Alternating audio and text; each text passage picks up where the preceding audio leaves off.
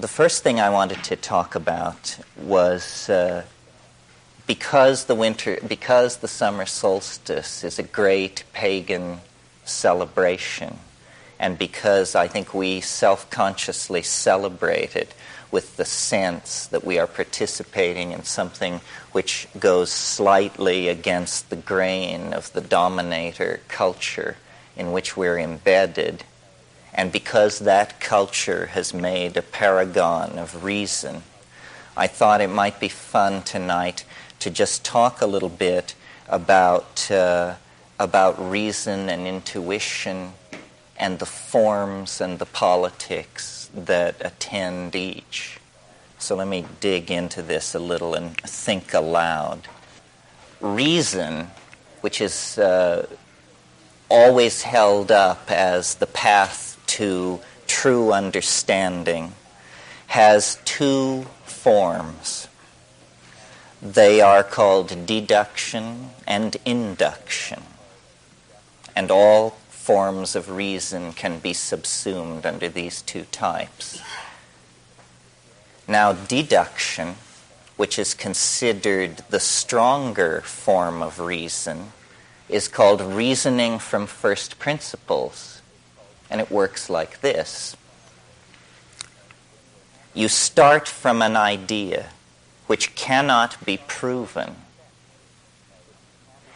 You accept it as given, and you reason outward from it. An example that is familiar to all of us would be Euclid's elements of plane geometry. You start with what appears to be an incontrovertible truth, or what we agree appears to be an incontrovertible truth. In the case of Euclid, propositions such as parallel lines never cross, never meet. Well, you can imagine a railroad in your head and run your mind along it to infinity, and then you've inspected the infinite railroad, and lo and behold, at no point did the rails cross. So you accept this as true. Then you can reason from it. Now, in the case of the Euclidean proposition that parallel lines don't meet, you test the truth of it by carrying out this imaginary inspection of the items involved and verifying that the statement appears true in all cases that you can imagine. But other branches of human knowledge also use deduction. Interestingly enough, theology.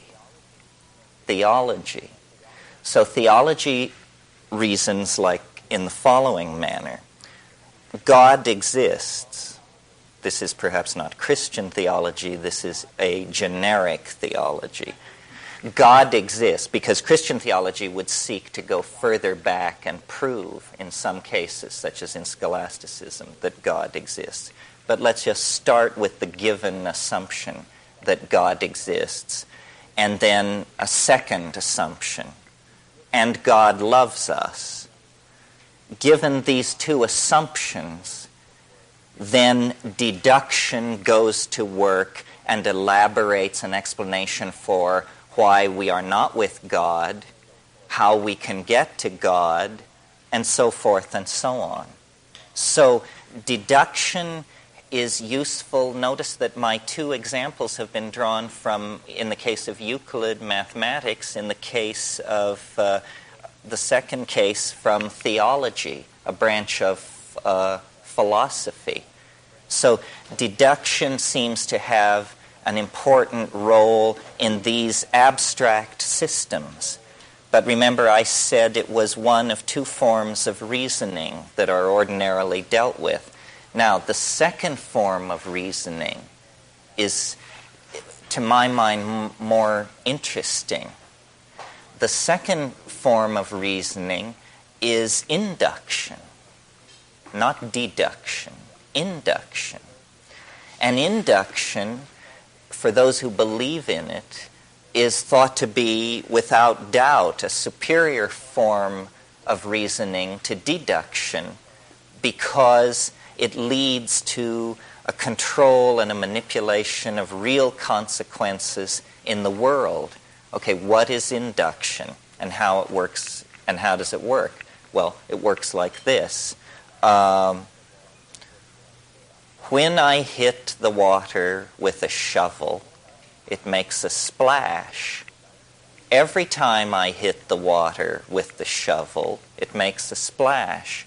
Therefore, this is the leap, the therefore, shovels can be used to make water splash. Now, notice what is interesting about this in contrast to deduction is that there is no untested first principle. You don't state something and then reason from it. You make repetitious observations, and then those observations which are most repetitious you raise to the status of laws, induction. And this was abhorrent to philosophical thinkers because it doesn't have this Aristotelian purity that deduction has. It doesn't have this mathematical elegance. It's messy. It's all down in the world, observing and comparing and repeating experimentally procedures. But nevertheless, out of inductive reasoning comes the structure of modern science. Okay. But now there's a funny thing about induction. It's making an unstated assumption about time. It is making the assumption that time is invariant. Because what it is saying is, if A precedes B in 1,000 cases, then it is likely that A will precede B in the 1,001st case. In other words, it's a probabilistic theory. It assumes that probabilistic laws give momentum to repetitious observation. Now the question is this so? And the answer is, well, it's so in some cases, but not in the most interesting cases. The most interesting cases, I believe, are the cases which lie in the realm of primary experience of being, the felt experience of being. And in that realm, the realm of love affairs, divorces, lawsuits, religions, political upheavals, and that sort of thing, induction is no good guide at all. One love affair does not explain another. One marriage does not illuminate another. One revolution really does not shed light on another. There may be generalizations, but when you live through these things, what you take from them is the uniqueness of the experience.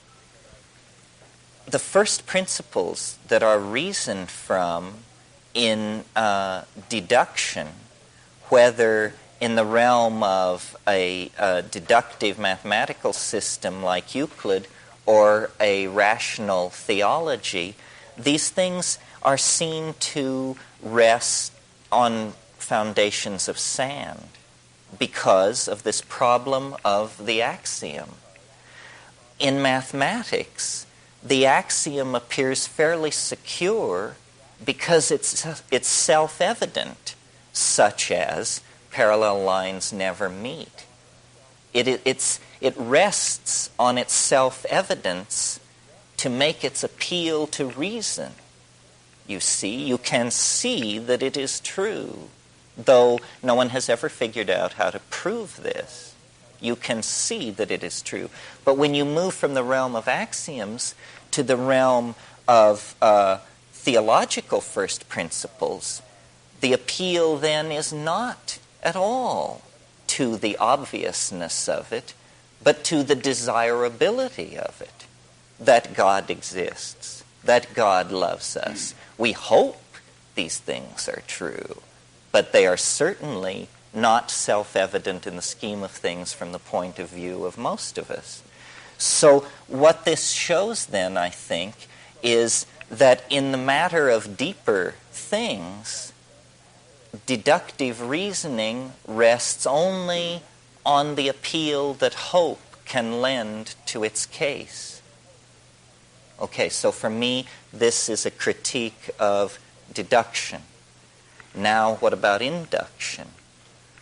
I referred to the fact that its premises rest on this notion of temporal invariance, which seems to be true only for the grossest of phenomena. Science has made great hay in that dimension by creating laws which are essentially predictive laws of cyclical phenomena that define for us what part of reality goes around and comes around. In other words, we can predict simple phenomena involving the mechanical orbits in gravitational fields.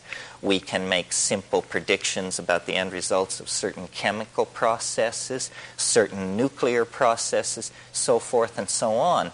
But when you lay it against the background of nature and experience, it begins to look like pretty thin soup. It's no basis for claiming epistemic preeminence. And this is the point that I want to make. Science claims epistemic preeminence. That means that science doesn't say, we are an ideology like Buddhism and Taoism and the Tarot. They say, we are a metasystem. We shall judge all other systems in our scales. Well, this is politics, but not good philosophy, because there is no basis for this claim to epistemic preeminence. So, this somewhat egghead rave is supposed to pass for a pagan polemic on the summer solstice, because it's an attack on the foundations of reason itself. And as you know, when reason goes, barbarism and madness cannot be far behind. And as a self-declared philosophical anarchist, as in fact the founding member of the Henri Poincaré Anarchist International, our motto is chaos is order. I believe that it's entirely appropriate to carry out an attack on reason. Okay, so then what are we left with? Well, what we're left with is intuition. Intuition. And what is it and how does it work? Well, it's a feeling into things that comes to answers and leaves no trail. That's the thing. It leaves no trail. So you have it, but you haven't the argument for it.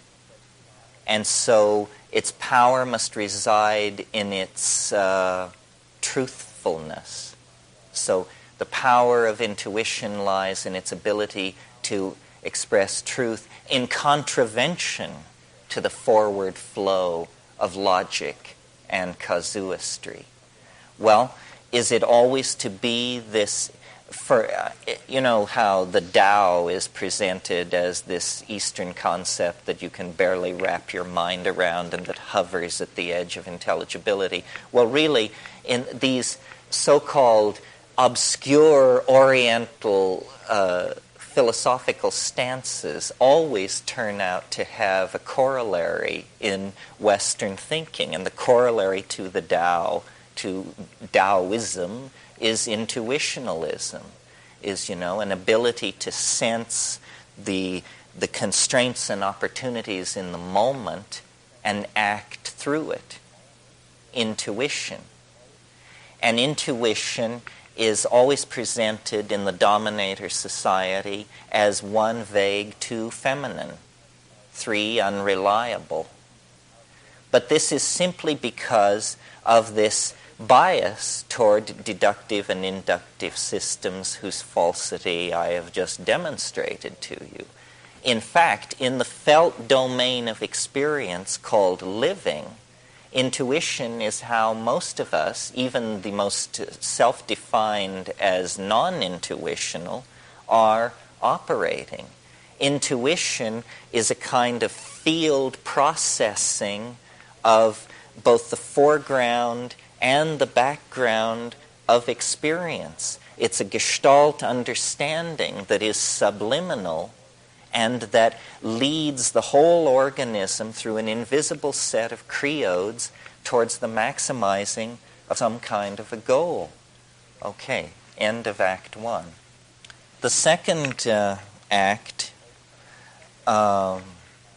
opens in the middle of the 19th century with science responding, albeit unconsciously, to an understanding of what I've just said. The inadequacy of reason, the necessity of intuition, and yet all this going on in a domain of Victorian gentlemen with beards to their belts and a world where pianos wore pants. So, it worked its way out subtly in the notion of evolution. And evolution is a very interesting concept that even those of us who profess to believe in it, I think, don't fully grasp, what comes in this package.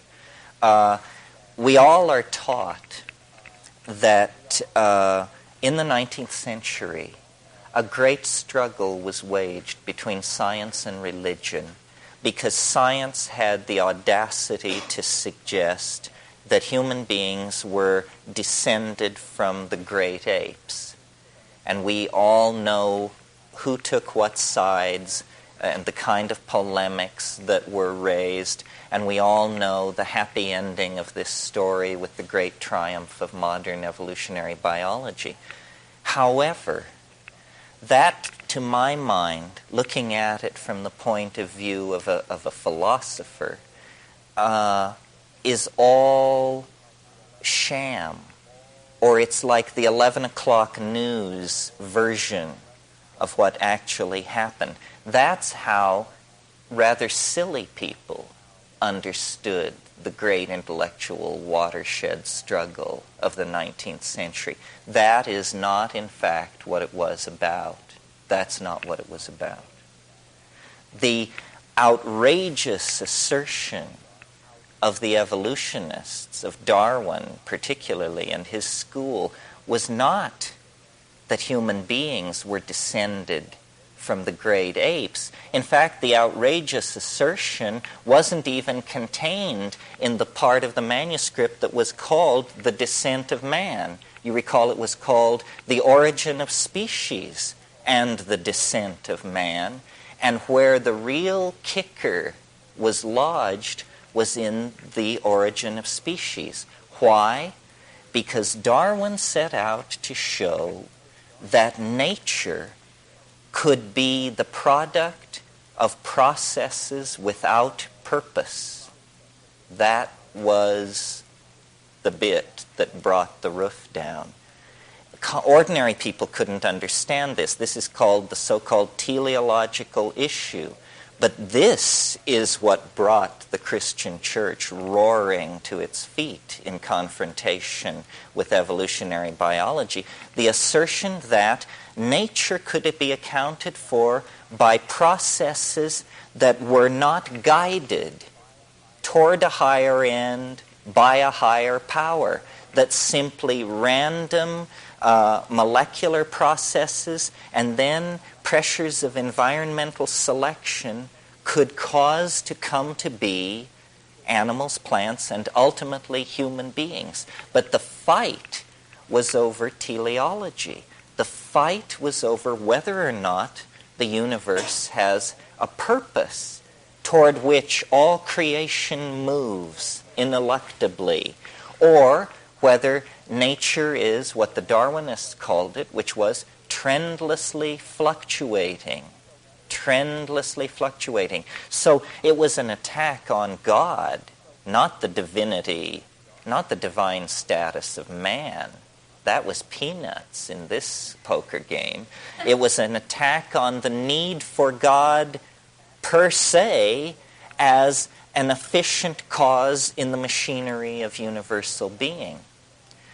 Well, it's a very interesting question and a very interesting struggle because we are still caught up in it.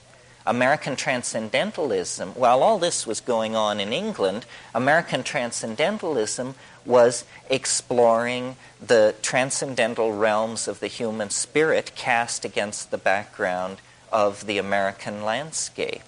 And this question of the telos in nature was, to make friends, lifelong friends into enemies and sunder families. Alfred Russel Wallace, who was the co-discoverer of evolution with Darwin, really preceded him. He had a fever. He was a professional butterfly collector, as I was once in my youth. And on the island of Ternate in eastern Indonesia, Wallace fell into a malarial fever. And at the height of this fever, he wrote down a page and a half of scribbling, which when he came down from this illness and read it, it seemed to hold up. And what he had discovered was what all biology was seeking, what he called the solution to the problem of the species. And he looked at this thing, and what it was a description of natural selection. And it seemed to work. Well, Wallace was from the lower classes, had made his living in England as a surveyor, was essentially a field biologist because he was not accepted by the gentleman scientists of England. He didn't know where to turn, so he fired off a letter to the only person he could think of to ask, who was the greatest biologist of the day, Charles Darwin, at home in England in his garden, working over 20 years of notes on the problem of the species. When Darwin got this letter from this unknown character, postmarked Ambon, Dutch East Indies, and read it, he paled visibly. And he went to his friend, Sir Charles Lyell, who was the greatest geologist of the day, the proponent of catastrophism, and was to develop into one of the great defenders of Darwin's theory. He went to Charles Lyell and said, I've been working 20 years on this idea. This came in the post. This is it. It's all here. And Lyell said, don't worry, my friend. We will schedule 2 papers to be delivered at the Royal Society. They will be delivered on the same evening, and yours shall be first. And so it was. And so it comes down to us as Darwin's theory of evolution. But in fact, in a way, for philosophical purists, it may have been better that way, because Wallace, who was in many ways a deeper thinker than Darwin, was a Fabian socialist, was fascinated by paranormal phenomena, as well as being interested in electricity, biogeography, anthropology, truly one of the last of the great polymaths. Wallace was unable to take the final step on the question of teleology.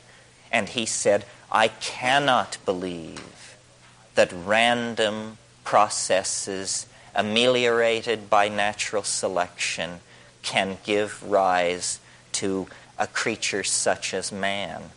So this was the break in the 19th century. And it arises out of the earlier foundation of the struggle between intuition and reason.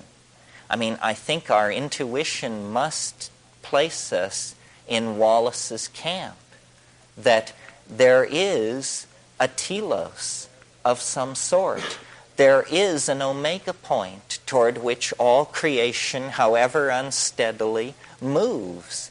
And it is because of this omega point that we do live in a cosmos and not a chaos, not simply a raging confusion, but something that is structured and ordered.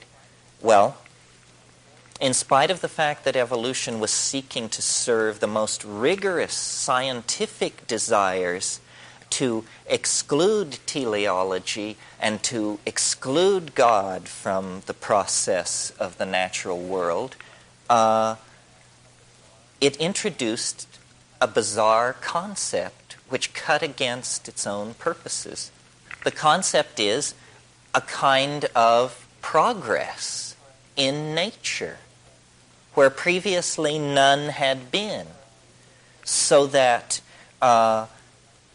from Aristotle to the 19th century, what you have as a theory of nature is what's called the great chain of being, or the great ladder of being.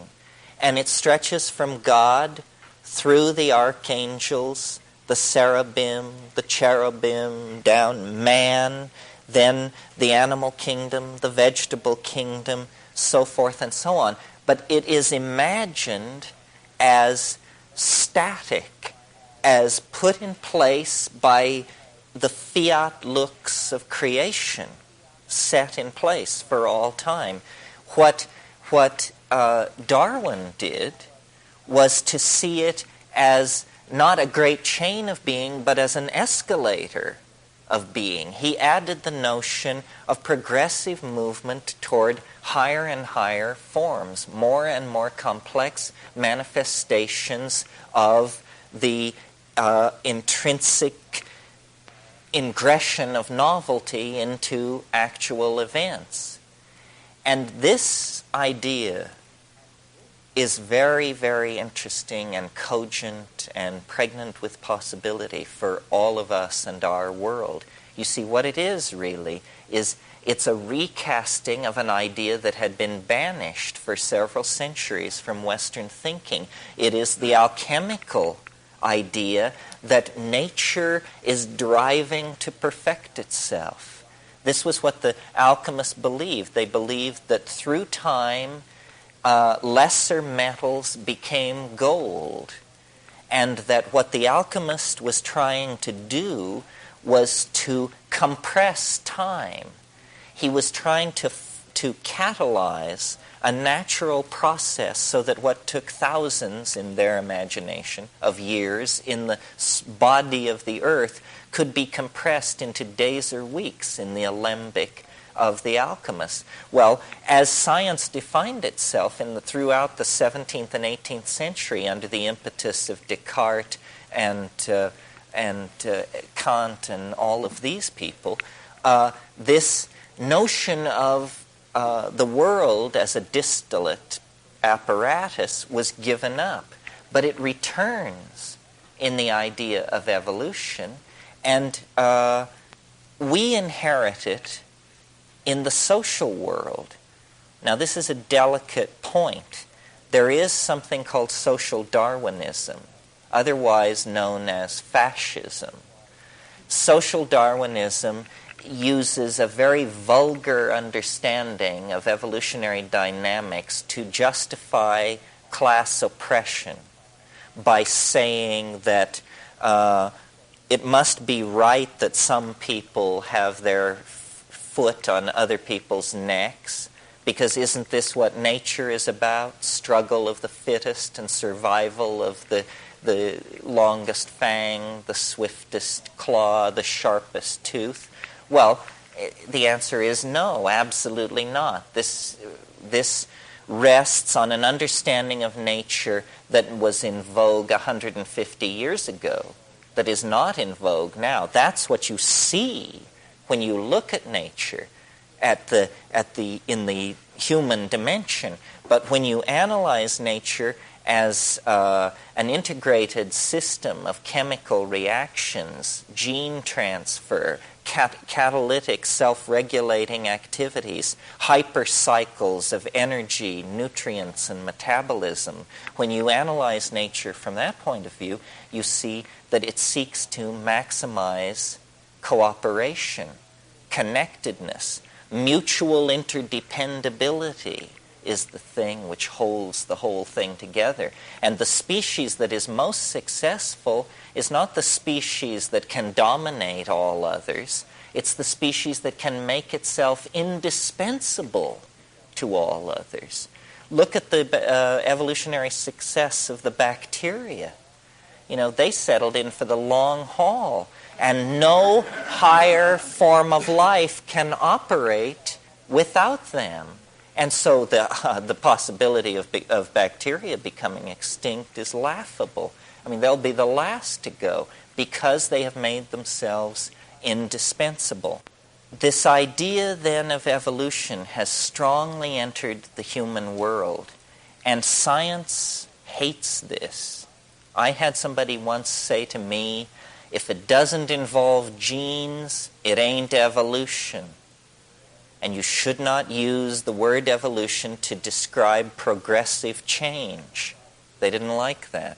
They said evolution is a technical term used by biologists, and it applies to genetic material only. Books do not evolve, social systems do not evolve, corporations, relationships do not evolve. This is a misuse of the word. Well, since then, evolutionary thinkers like C.H. Waddington, Eric Jantsch, Wes Churchman, Paul Feyerabend, Irvin Laszlo have, I think by the sheer force and volume of their writings, overwhelmed this notion and reclaimed evolution as a much broader concept than it was understood to be in the 19th century. Evolution is now understood to be the triumphant march out of chaos into order, connectedness, self-expression, and self-reflection that begins with the first moments following the Big Bang. In other words, we have we have atomic evolution, evolution of atomic systems as electrons settle down into stable orbits. We have chemical evolution into more and more complex molecular forms, which finally become polymers. These polymers further evolve into complex intergetic systems capable of self-replication, motility, and eventually, the writing of operas. So what we see when we look at the universe is that you have to be blind to this progressive tendency that has worked its will with the random plasma of pure electrons, with the chemistry of stars, with the molecular chemistry of primitive planets, with plant and animal life, with human epigenetic coding systems, carving, dance, ritual, vocalization, magic, and this process proceeds right up into the 20th century with this phenomenon that we all give some credence to, the notion that we are living in a period of compressed time. Well, so what are we to do with that? I think what we have to do is begin then to design this process. It is now moving fast enough that it is within the ken of each one of us to see progressive consolidation of change taking place in the world around us. We as human beings, I think, are destined to be the design and control element in this thing, in this global Gaian process. Never mind that we have done it so badly up to now, because now, meaning the 20th century, is a completely different kind of epistemic world than any world that preceded it. And to the degree that we can shed the inherited behavior patterns of previous centuries, previous cultural styles, and actually take hold of the tools present at hand, we can guide and control this evolutionary process. Culture as it is, in a sense, the software of the infrastructure of the global civilization, which is the hardware. We don't need to make major design revisions in the hardware. The hardware is how we produce and move around food, how we produce energy. The major restructuring there is simply a matter of cleaning it up, making it more efficient, less toxic, less enslaved to the notion of making a buck, more enslaved to the notion of serving human needs. So the hardware structure can be pretty much redesigned along the lines that are clear to even the engineering mentalities among us. What is not so clear is that culture can be redefined as software and radically rewritten so that it runs much more smoothly. Now notice that I did not say that we were software or hardware. We are neither. We are the user. And this is the important thing to remember. We are not scripting ourselves into some kind of machine future. We are designing the future that we want to have rather than allowing the blunders of our grandparents to dictate the kind of future we will have. We're very late waking up to the necessity for this. This is because we tend to operate along very short-term goals. It's very hard for us to put in place a project that looks 40 or 50 years ahead. It was interesting, a couple of years ago there was an article in the Whole Earth Review about a chapel at Oxford that the main beam of this chapel, which was an oak beam about so by so, was rotted through with worms and had to be replaced. And it was no problem because 800 years ago an English king planted an oak tree that was to be grown for the specific purpose of replacing this beam when it should need to be replaced. And so this 750-year-old oak tree was cut and the beam hewn and put into place. And it inspired them to plant another oak tree, which is not a bad idea. Okay, well, so that's maybe enough about evolution. Now I want to talk about revolution, which is also in the solstitial theme, because what the solstice marks is the return of the heliacal rising of the sun to a certain fixed star against the background of fixed stars in our calendar system.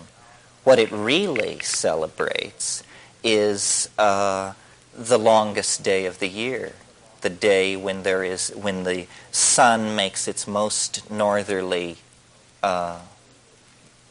its deepest incursion into the northern latitudes.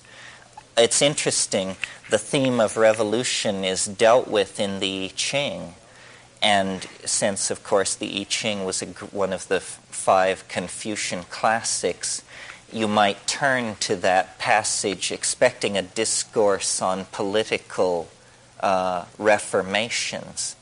And when you look at the hexagram revolution, it says nothing about political guidance to revolutionaries. It says instead, the magician is a calendar maker. He measures the seasons and he sets them right.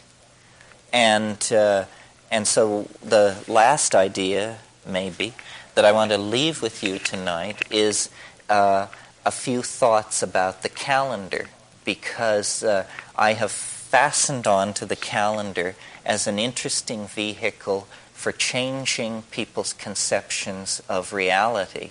I don't think we realize how thoroughly our worldview is dominated by the unconscious preconceptions that are built into our calendar.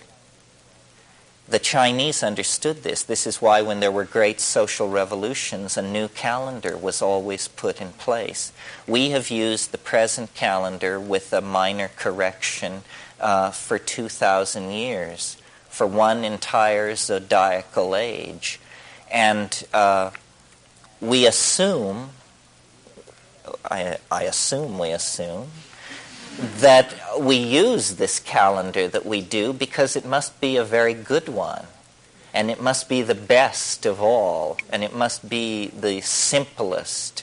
And it is true that when you look back into time, you do find bizarre calendrical arrangements.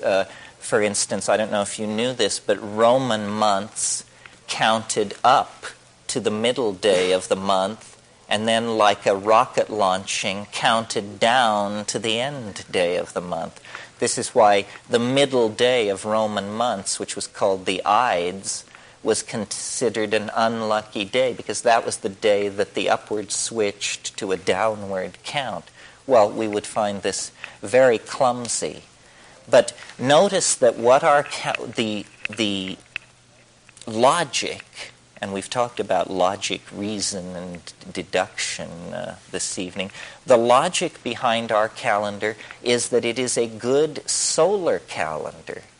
Well, what do we mean by a good solar calendar? Well, calendar makers will tell you that a good solar calendar is a calendar such that on the same day of every year, the sun rises in the same place against the background of the fixed stars. This is what we mean when we say the sun is in Aries.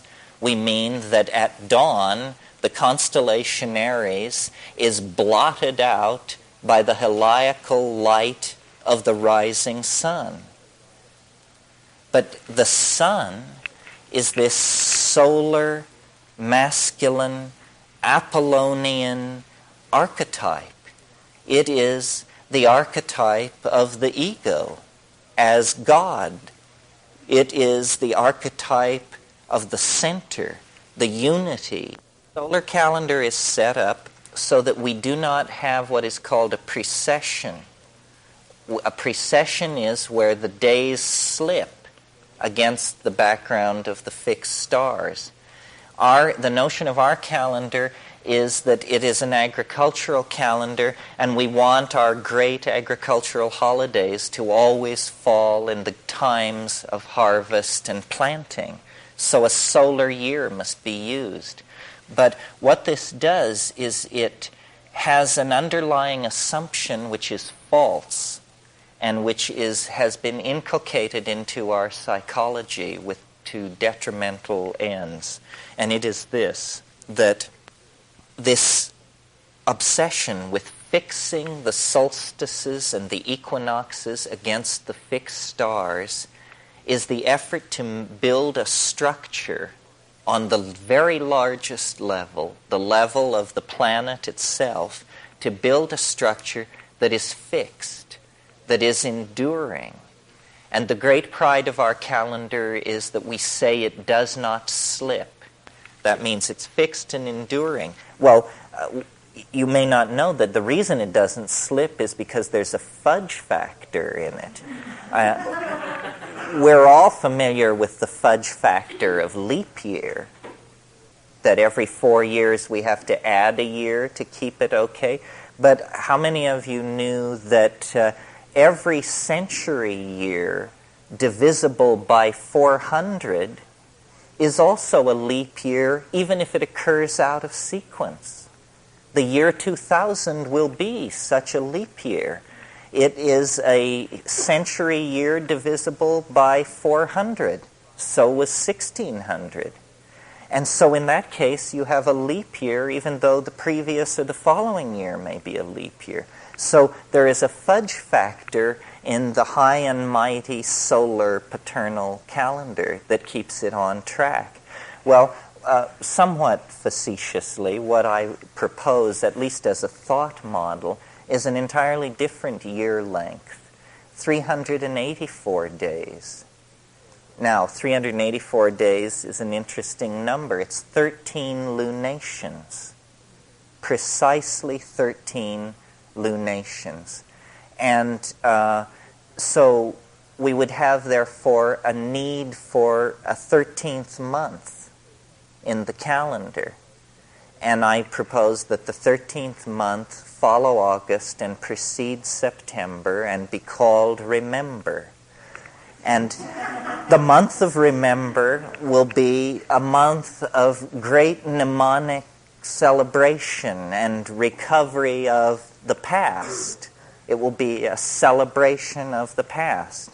Well, okay, now we have 13 months. That's wonderful, but we have purchased this 13th month at the expense of 19 days that overshoot the solar year. What about that? Well, instead of viewing that as a problem, as it has always been viewed, let's view it as an opportunity. What happens if you use a day length 19 days longer than the solar year? Well, it means that the great festivals of the solar year, Easter, Christmas, the 4th of July, will, let's call it Independence Day so we don't confuse ourselves because it's going to move, that these great festivals will do what is called precess. Each year they will come 19 days later against the solar year than the year before. So in such a calendrical system, you would be, as a child, Christmas would occur, let us say, in winter. By the time you were in your middle teens, Christmas would be occurring in springtime. By the time you were in your mid-20s, Christmas would be occurring in high summer, and in your mid-30s, it would occur again, it would occur in autumn. And through a life of 60 or 70 years, the solar festivals would migrate through the seasons. Well, this may seem trivial to you, and hey, it may be. But the psychology of it is that it's trying to build in at the highest level a truth which we have lost sight of, which is the idea that everything flows, that everything is impermanent, that flux is the only standard. Flux is the only thing you can depend on. If we gave ourselves permission at the highest and deepest psychological level, the place where we measure time and the spectacle of our life as spread out against the grid of the history that we live through, if we were to give that permission to be portrayed on a grid that emphasized flow, transience, change, and recursion, rather than this constipated solar square against the fixed stars, then what we are really doing, you see, is changing archetypes. We are changing archetypes. And what are we changing? We're changing the Apollonian solar paternalistic dominator archetype for the feminine, oceanic, intuitive, giving and taking archetype of flow and life and death and completion through change, rather than completion which seeks to stave off change and then is inevitably swept away and therefore somehow touched with pathos. Well, maybe that's enough. Maybe there are questions. This was somewhat meandering. I'll recap it for you to try and give you the illusion that there was a plan.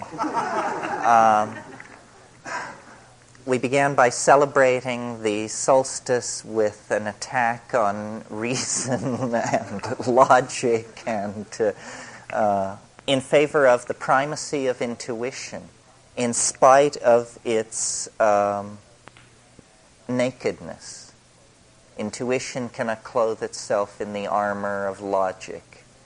But I hope I demonstrated to you that the armor of logic is wide mesh chain mail. In fact, it's chicken wire. In fact, it may be chicken shit. So the primacy of intuition, and how that intuition led into a peculiar episode in 19th century science where committed atheists found themselves serving the recovery of the alchemical ideal through the notion of nature as an engine of telos and progressivism. And then from that, the notion of our own century as the concrescence of this teleological process that is leading everything into deeper and deeper modes of self-reflection and connectedness. And then finally, to put the snake's tail in its mouth, to return to the theme of the solstice, and to offer again a counterpose to the calendar of reason, the calendar of solar paternalism, to offer instead a potential calendar in celebration of flux, change, growth, and feminism, which are the values that are going to have to be maximized if we are going to open a dialogue with our souls and the soul of the planet, and save ourselves from the lethal momentum that so many hundreds of years of dominator culture have imparted to the machinery of our civilization. I mean, we must awaken, and these little probes, games about logic and calendars and shifting perspective on these various issues, this is just a way to promote cognitive activity, to say, the path out of the selva oscura, the path out of the dark wood in which we find ourselves, is cognition, thought, getting smart fast. We have to dance, sing, calculate, and drum our way out of the circumstances into which we have fallen. And to the degree that we can celebrate the irrational, the feminine, the unconscious, the transpersonal, and even the psychedelic, to the degree that we can celebrate these things, we are giving permission for the order that is in nature to manifest. The plan wants to come to be. We have to get out of the way. And what that means is all the tricks in the book to diminish ego as a cultural ideal. I mean, ego is not a male problem, it's not a yuppie problem, it's not a white people problem, it's just a problem. And until we get this higher perspective, we are going to continue to rattle the bars of our cage. The higher perspective depends on seeing things on a scale of thousands of years and potentially millions of light years, a cosmic scale, the correct scale, the scale on which we are truly operating. I mean, the minutiae of our personal lives is that. It's that our lives are an opening into a transpersonal opportunity, I mean, I've said this in my smaller class. I take the notion of Tantra seriously if by Tantra what we mean is the shortcut path, that life is some kind of opportunity. It's an opening between unbridgeable chasms of the unknown, and yet out of chaos for 20, 40, 70 years, we come into a domain of immense opportunity. It is a conundrum. It is a puzzle. It is something to be figured out.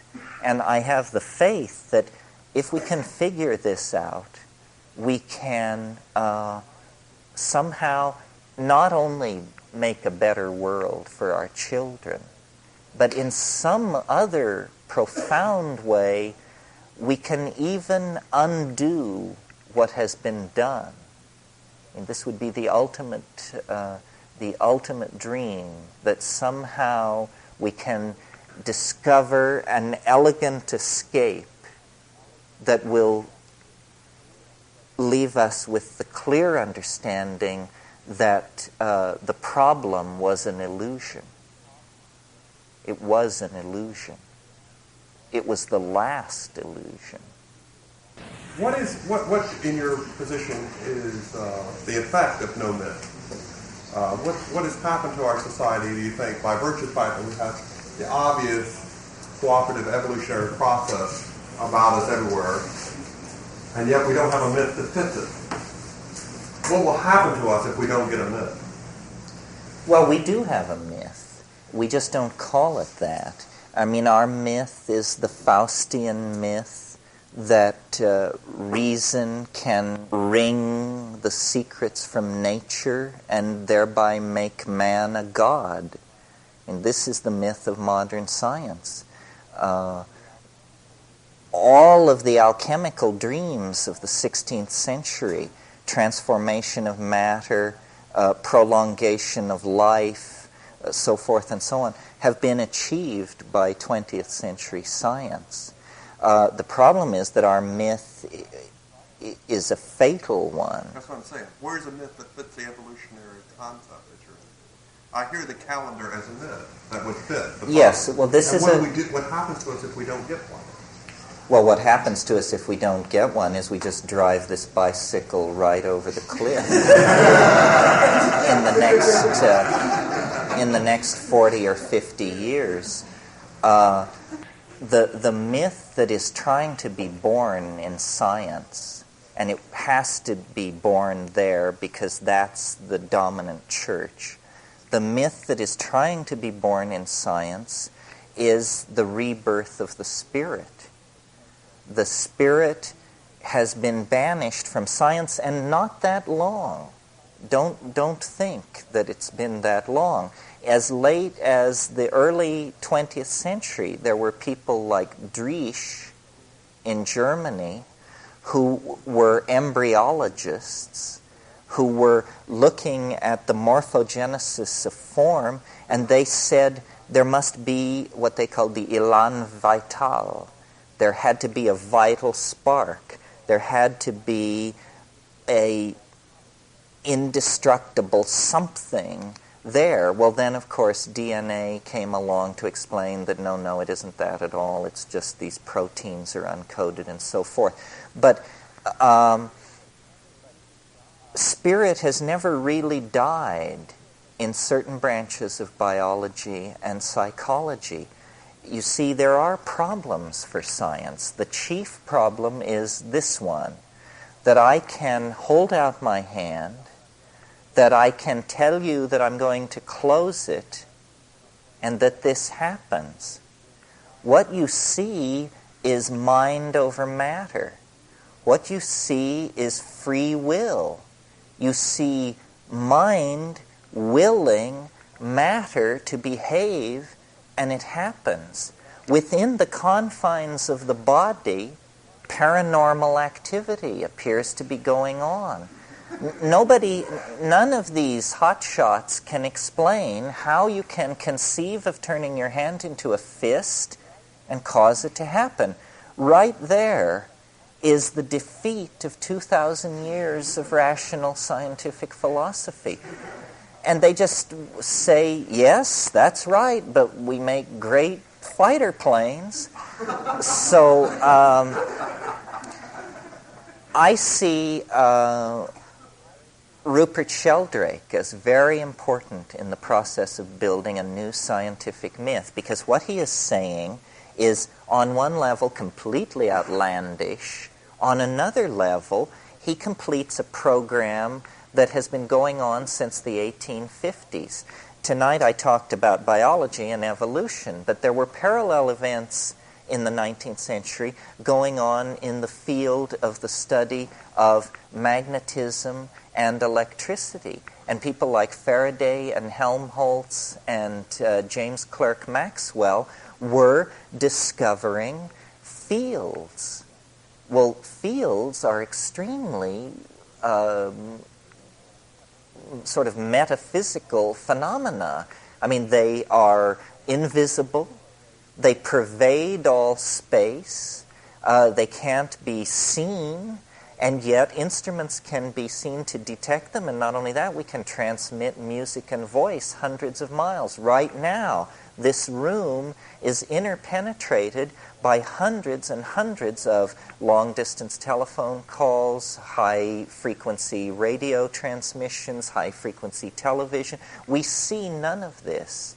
If you had told someone in the 1850s that in the 20th century people would live in an ocean of invisible vibrational energy carrying messages over thousands of miles, they would not have believed it. Sheldrake is simply saying that the part of reality that science has hitherto been unable to account for is going to have to be accounted for by adding a field into the already allowed fields, which are the electromagnetic field, basically, the electromagnetic spectrum. Well, this field which Sheldrake wants to establish is called a morphogenetic field. It means that somehow the history of this glass is attendant upon it. The history of the glass has followed it here this evening, as has the history of the pillow and your history, and that we are in fact not, that the past is present in the present, that in fact the present is somehow a cascade of effects coming out of the past, not along the lines of causal declension, cause and effect, but also in this other way. And I think that there's a lot to this, and I think that eventually Sheldrake will be heard. As yet, he's unable to stride to the blackboard and write the equations for the morphogenetic field, but this could come in time. And when it does, it will elucidate the hidden dimension that so bedevils our understanding, because it will explain why things are as they are.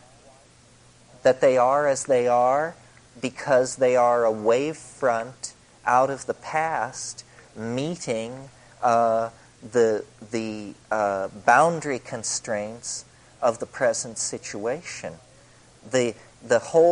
My own personal effort to restart a dialogue on the psychedelic issue is because I believe that psychology has reduced its field of expertise unnecessarily by seeking to see everything as an adjunct to the functional or dysfunctional human personality. In other words, we don't know what the mind is.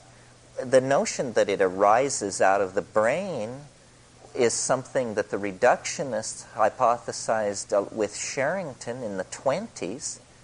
My God, they've had 60 years to make good on this, and they've gotten nowhere. You know? How long do you beat a hypothesis before you proclaim it a dead horse? You know? Same thing with molecular biology. I mean, DNA was decoded in 1950, 35 years ago. And, you know, has molecular biology taken a significant step since? I mean, yes, I know about operons and all that stuff, but that's really the details. No understanding of the mechanisms of life have emerged out of reductionist biology, and no understandings of the mechanisms of mind, thought, and cognition have emerged out of reductionist psychology. So what we're going to have to admit, and this is a tough thing, but this is what goes along with intellectual revolutions, is the inadequacy of the present models. And the paradigm reformers are in for big trouble, because these paradigms can't be reformed. These paradigms have to be junked. It's junk. It's worthless. I mean, it's fine if you want to make fighter planes, but what does that prove about your knowledge of the nature of being? It doesn't prove anything. It's just a cultural artifact. So I think the myth that is seeking to be born is the rebirth of the spirit. And it's a strange thing because we all feel it.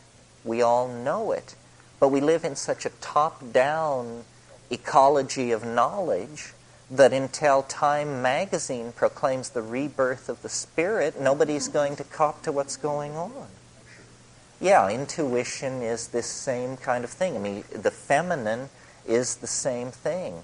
I mean, I don't want to burden this group because you haven't stuck with me over days and days, but what I'm saying in my, what I think of as course, is that we had a symbiotic relationship as recently as 20,000 years ago with a vegetable mind, an organized entelechy, a goddess, a spirit, whatever you want to call it, a mind that was brutally truncated. Our symbiotic relationship was brutally truncated by climatological and historical factors that caused us to fall from that state of grace, ecological balance, symbiosis, into, you know, the wandering herd of car thieves that we are. And our ennui, our existential discomfort, our angst is a product of this severing of our relationship to spirit. We are the children of a dysfunctional relationship that we have to bring to the surface. And you know, if you are what I imagine an ordinary person, this will start out sounding preposterous, begin sounding menacing, and I hope end up convincing you. We are worthless without a stabilizing umbilical connection to the mind at large in nature.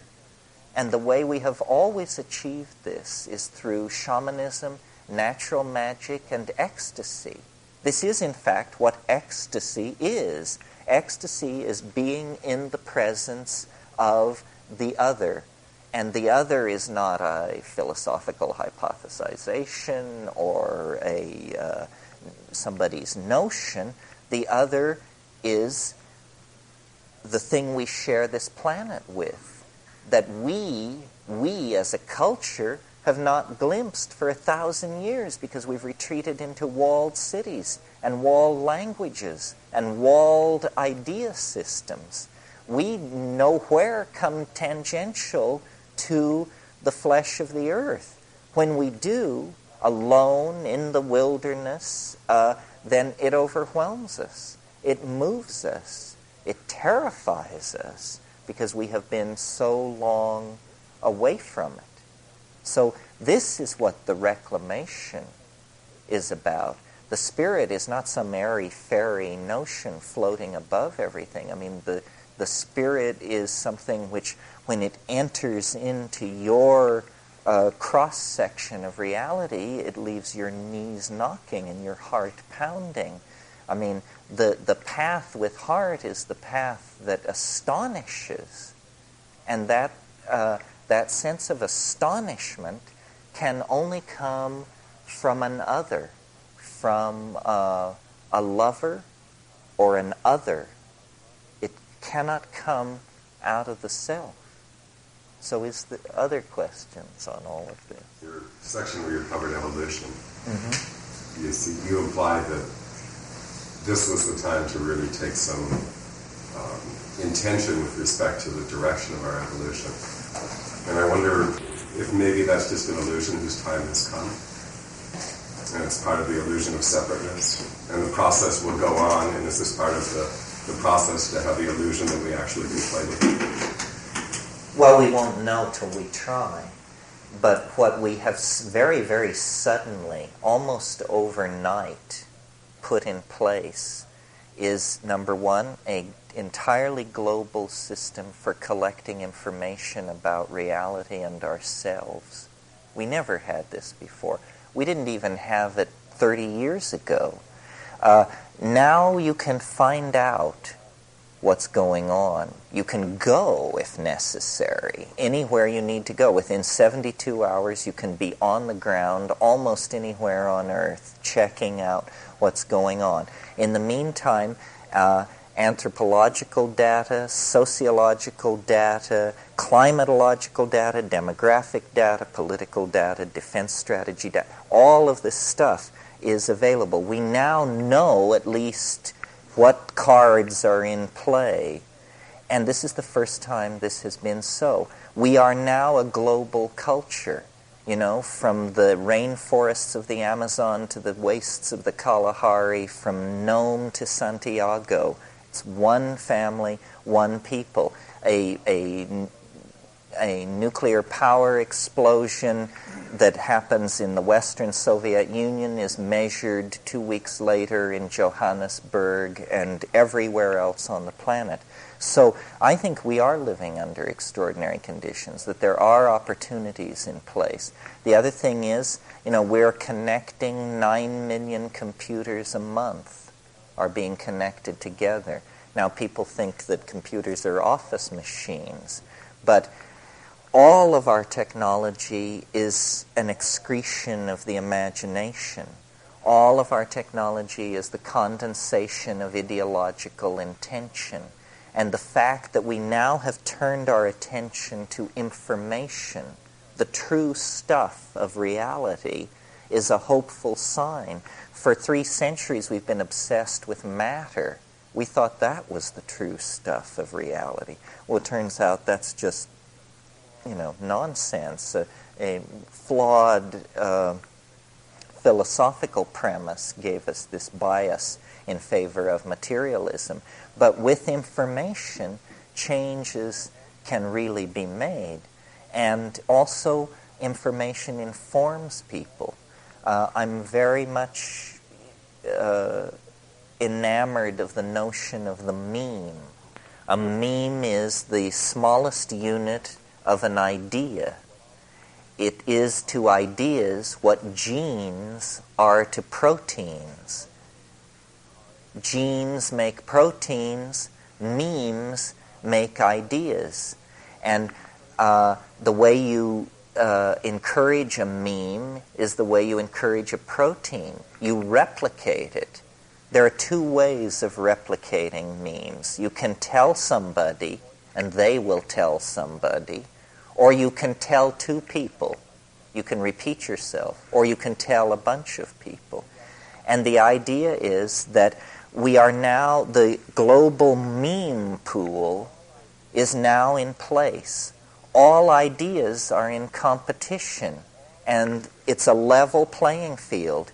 This is, to my mind, what accounts for the overnight evaporation of Marxism. This was a meme which could not survive on a level playing field. When the playing field was leveled, meaning when a free press was allowed, that was it for that meme. That was like, trying to sell flying pigs in Brooklyn. Just people are too smart. So it's not going to happen. So I believe then that memes compete with each other, and that the best ones are the ones which rise to the top. I have a real faith that ideology in this case will mirror biology, and that more and more complex and well-adapted and efficient and co-adaptive and mutually self-reinforcing and mutual community feedback and all of these things, that the means which support which maximize these evolutionary goals will fall naturally into place. And so this thing which happened in China was a struggle about the meme, because democracy is the idea that gives permission for all the memes to compete. I mean, democracy is very close to the heart of any anarchist.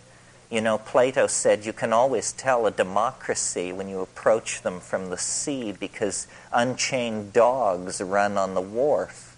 Well, what he was referring to was the chaos and the disorder of democracies.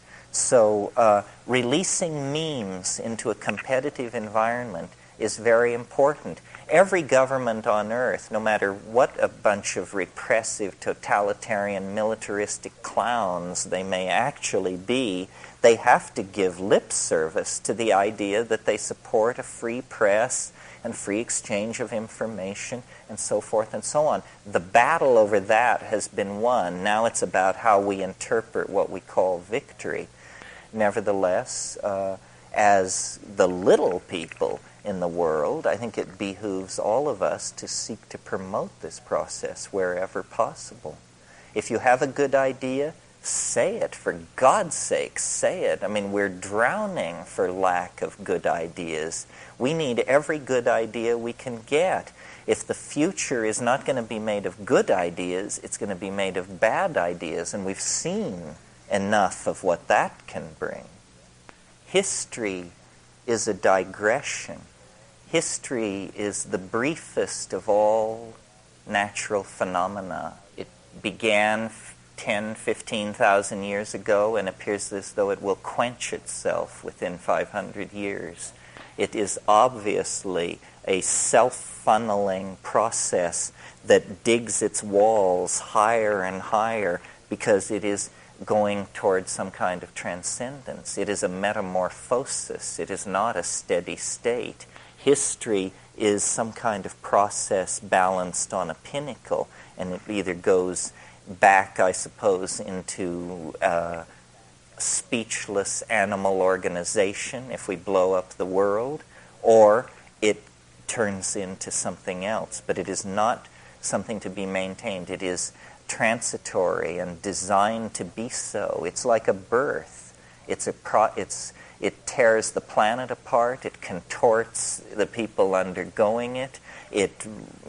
Before it's over, the heavy metals are ripped out of the surface of the earth. The forests are cut down. This thing happens, and then let us hope it is over, and we go to some less materialistic, less destructive phase. This is why, the question that the psychedelics raise for each of us as individuals is the question that the culture is going to have to answer collectively in time as well. It is, what are we when we can be anything we can imagine? I don't know. I think we are surrounded by mystery.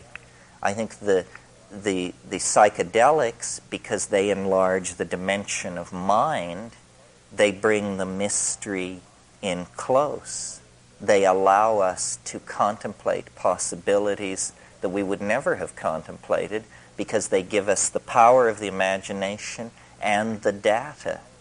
How can we take these new datum that enter experience and integrate them meaningfully into ourselves? Well, I think that the way you do this is by realizing that the drama that is unfolding must be a human drama. So, for instance, the entities that are glimpsed in these exotic psychedelic states that inform the shamans and so forth, we say it's another dimension, and we hypothesize then that these are extraterrestrials or demons or plant spirits. We never face the fact that to redeem our own anxiety, they have to be something more than plant spirits. They have to be something more than demons. They have to be something more than friendly extraterrestrials.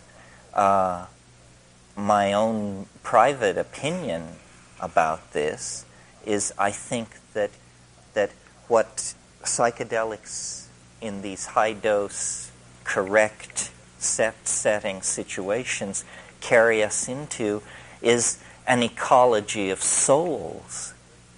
This is what we're seeing.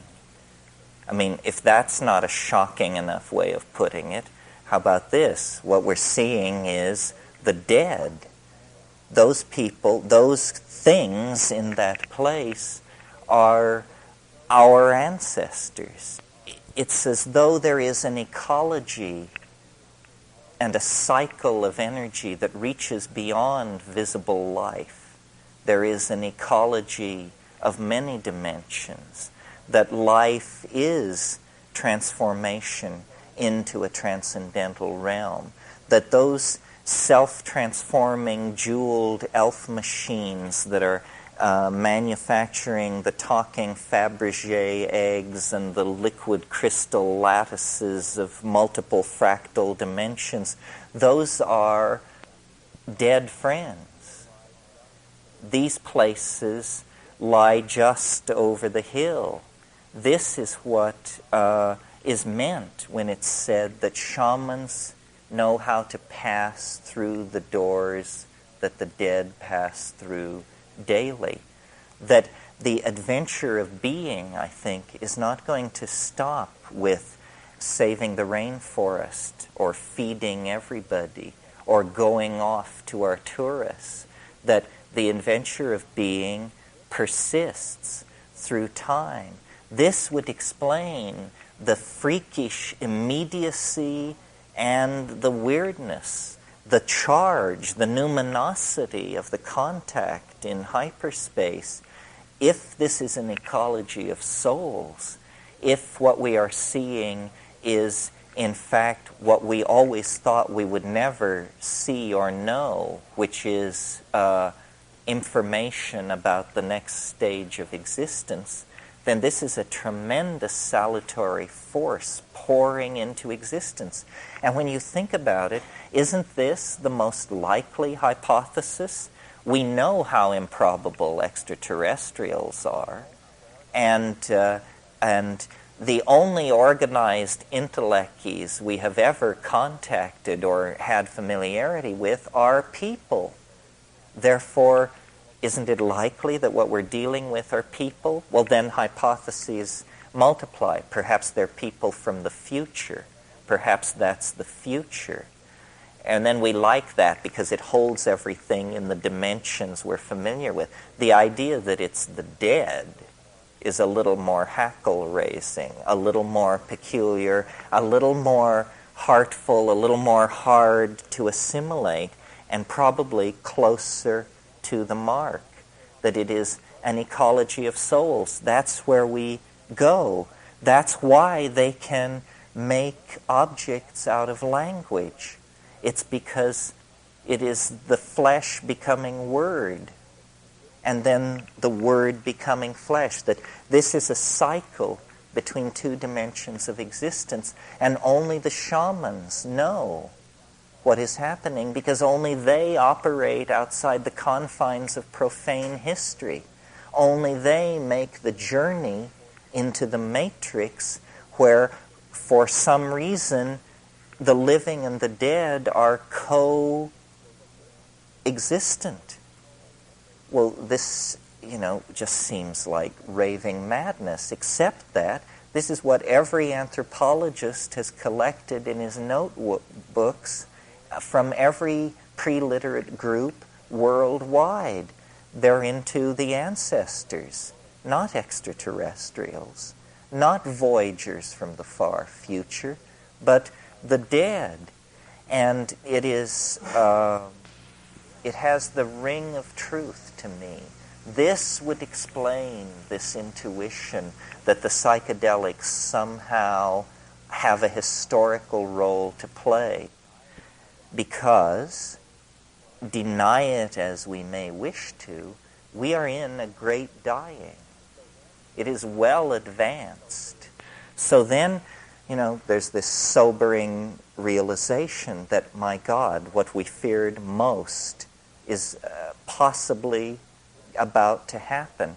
Well, then, if we believe in the Tao, if we believe in the unobstructed unfolding of things from the first moments of the universe, then what we have to do is take hold and face the music. And I don't think it's that bad, but I think there's a hard swallow in the transition.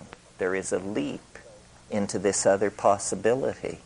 So it is not simply an opportunity for a political revolution or a social revolution or an ecological revolution. It's all that. It's much more. It has to do with deconstructing the dualism of life and death itself and creating the ontos of a new reality that is based on the presence of eternity. That's what eternity is. Eternity is the present at hand hyperdimensionally beheld, and it is found to be a domain of magic and caring and mystery that mingles life and death as the only possible way of overcoming the contradiction. It has always, in hindsight, appalled me when I go into the truly deep psychedelic places, how casual one becomes about death. Not that you seek it, but that it seems almost a trivial issue, because these two things are seen to be all of a piece. There is continuity, but there is astonishment. We do not recognize ourselves. The shaman alone has the privileged vantage point to know what he beholds. And I think that's how we define where we are on the shamanic path. Do you know what you behold? I mean, some people come down and say pretty pictures.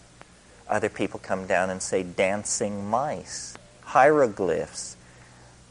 Do we know what we behold? We need to know what we behold, because inevitably we become